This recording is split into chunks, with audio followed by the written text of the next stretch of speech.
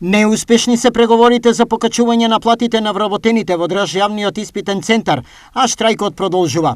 По-конкретно добивме бројки од некои 1000 денари покачување. Тоа е предлогот на Министерството за финансии и нивните црвени линии се до тука. Од нашиот буџет, значи, се резервирани средства за пренамената на која што е во ЕКН или во моментов, односно за платите на функционерите.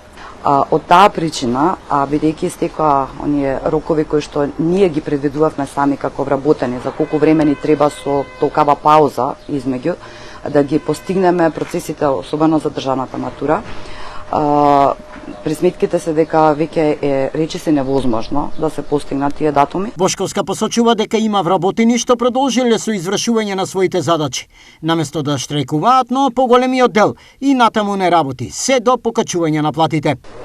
Има несогласувања, но се уште сме здружени, добар дел од поголемиот дел од вработените, 20 на вработени се уште се во штрајкот.